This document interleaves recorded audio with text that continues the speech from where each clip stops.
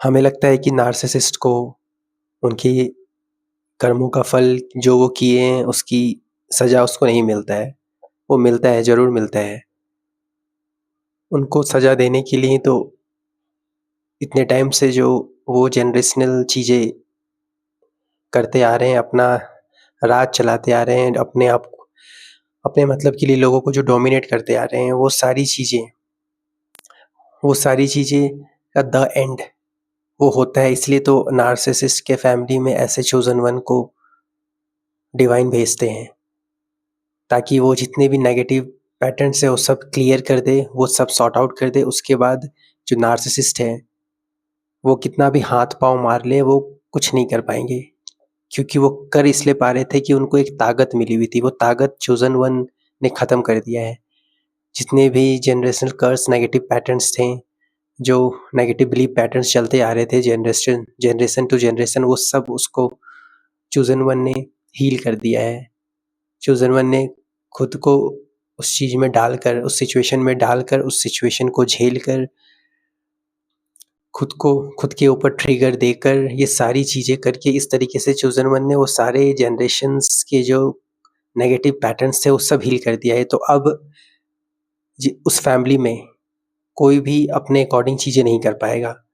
Narcissist अब तक जो चीज़ें कर रहे थे, अपने अकॉर्डिंग लोगों को डोमिनेट कर रहे थे, वो सारी चीज़ें जो भी वो नहीं, जितना भी वो टॉक्सिसिटी फैलाए हुए थे, जितना भी वो गंद मचाए हुए थे, वो अब कुछ नहीं कर पाएँगे। अब उनको उनका कर्मा मिलेगा, क्योंकि उनका जो सबसे बड़ा ताकत था, हम चोज़न वन ने उस ताकत को ही परमानेंटली ख़त्म कर दिया है, जड़ से उखाड़ के फेंक दिया है। उनको ताकत उनकी जनरेशंस से चलते आ रहे वो जो नेगेटिव बिलीफ पैटर्न है, उस वजह से मिलता था। वो नेगेटिव बिलीफ पैटर्न उसको ऐसे नार्सिसिस्ट को ताकत देता था, और वो अपना डोमिनेशन दिखाए जा रहे थे और कोई उनका कुछ बिगाड़ नहीं पा रहा था।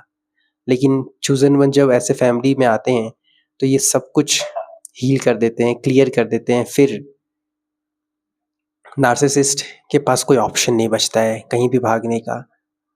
फिर जो डिवाइन होते हैं, उनको चारों तरफ से, उनकी रियलिटी को चारों तरफ से इतना हार्ड कर देते हैं, इतना टॉक्सिक कर देते हैं, मतलब इतना ज़्यादा पेनफुल, इतना ज़्यादा सफ़रिंग कर देते हैं कि उनके पास अब कोई ऑप्शन नहीं है। जो उन्होंने किया है, एक-एक चीज़ उनको वापस उनकी लाइफ में दी जाती है, उनको लेसन सिखाने के लिए। पहले तो उनको पनिशमेंट देने के लिए, जो उन्होंने किया है, जैसा कर्मा उन्होंने किया है उसका वो फल भोगते हैं। फल भोगने के साथ-साथ उनको एक-एक करके उनका जो लेसन्स है वो सिखाया जाता है, और अगर वो तब भी नहीं सीखते हैं तो वो जो भगवान का जो कहते हैं ना थपेड़ा या लात, कैसे कुछ भी कह लीजिए, वो चलता रहता है उनके ऊपर।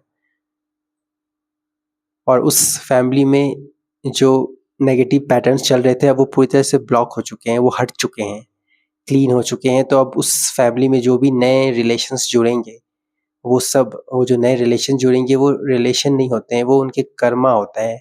सपोज़ नार्सिसिस्ट ने अपने वाइफ़ पे या अपने हस्बैंड पे बहुत सारा अत्याचार किए हैं, अपने मतलब के लिए बहुत सारे डोमेस्टिक वायलेंस किए हैं, तो ये सारी चीज़ें अब वो कर नहीं पाएँगे, क्योंकि अब जो नया रिश्ता आएगा उनके लाइफ में, जो वाइफ़ बन के आए या हस्बैंड बन के आए, वो इस चीज़ को होने ही नहीं देगा।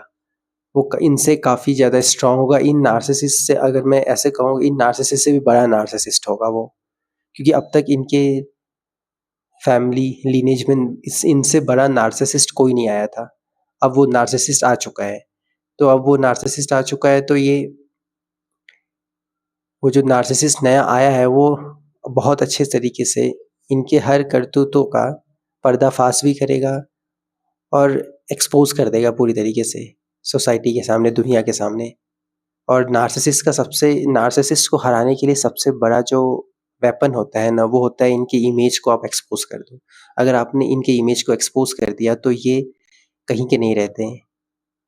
ये बस मुँह छिपाते फिरेंगे।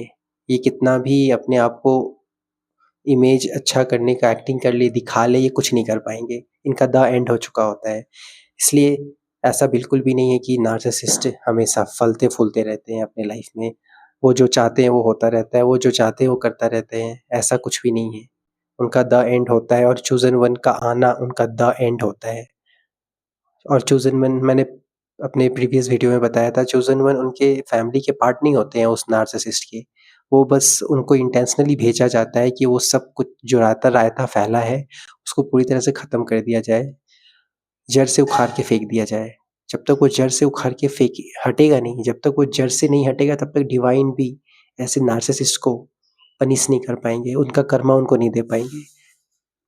इसलिए बहुत ज़रूरी है कि आप अगर चोज़न वन हो तो आपको वो सारी चीज़ें डिसॉल्व करना है, सॉर्ट आउट करना है और बहुत ज़्यादा नेगेटिविटी होती है तो यहाँ पे डिवाइन का कंटिन्यूअस सपोर्ट आपके पास रहता है, ताकि आप गिव अप ना कर जाओ, ताकि आप हार ना जाओ। इसलिए आप ये मत सोचो कि ये ज़िंदगी मुझे क्यों मिली है, ऐसी बेकार ज़िंदगी क्यों मिली है। आपको जो ज़िंदगी मिली है वो किसी को नहीं मिलती। आप सच में बहुत स्पेशल हो, इसलिए आप चोज़न वन हो। बस आपको फ़ेथ रखने की ज़रूरत है। आप फ़ेथ रखो, सारी चीज़ें अपने आप होती चली जाएगी। फ़ेथ रखो, सरेंडर करो, बहुत जल्दी जिस प्रोसेस में हो उस प्रोसेस से निकल जाओगे तो आपको एक न्यू बिगिनिंग मिलेगा। मतलब आपका जो एक्चुअल लाइफ़ है, जो आप डिज़र्व करते हो, वो आपको दे दिया जाएगा फाइनली।